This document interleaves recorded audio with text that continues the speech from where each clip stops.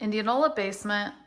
This is definitely more of an unfinished to semi-finished basement with painted block walls, painted floor, painted ceiling. I don't dislike the painted ceiling. A lot of times people do that for height because once you finish out and make headers for beams and ducts and things like that, you can end up having some pretty short spaces. There's the floor drain.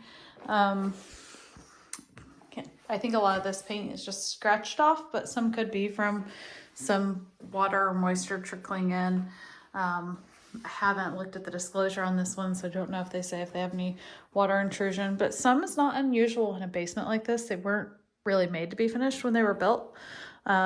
So sometimes you do get a little bit of water when there's super heavy rain or when the ground is very saturated. So those are things to keep in mind with old basements if they don't have a waterproofing system.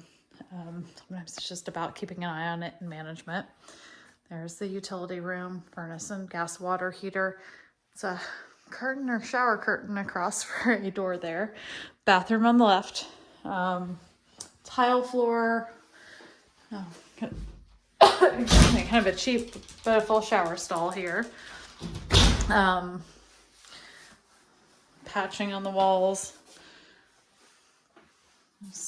Barn door into this kind of more finished space over here. There's a transition of the flooring. This might be asbestos tile flooring. Not unusual in an old home to have that. Asbestos flooring in and of itself is not a concern. The concern is if you try to remove it and then, or if it's breaking. But asbestos flooring is not considered a friable material versus something like an insulation or a,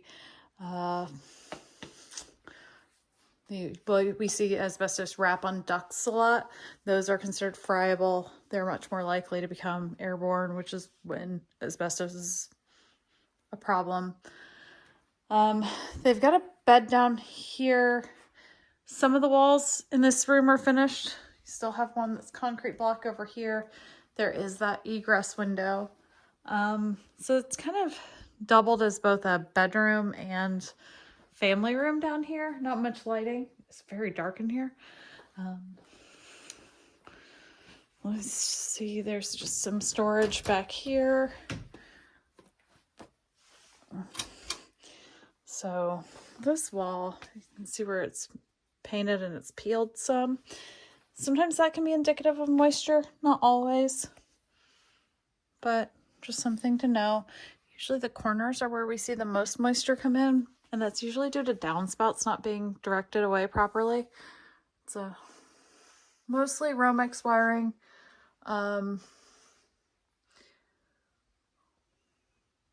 Looks mostly pretty updated. Curious about that spot outside where the patio is discolored, but that would probably be, come back through this way. Huh, that's I guess that is still a vent, but so because the garage would be over this would be a slab. I don't know exactly where that patio would connect. Maybe it would be right in this vicinity. I'm not sure.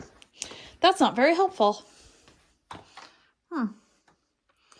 There is, that's the main sewer line. That's an old cast iron line. No concern with it being a cast iron line. I'm curious if it's got, yeah, it's got a newer cap, it looks like, on it. So hopefully it's been checked out at some point. I think that's everything for the basement.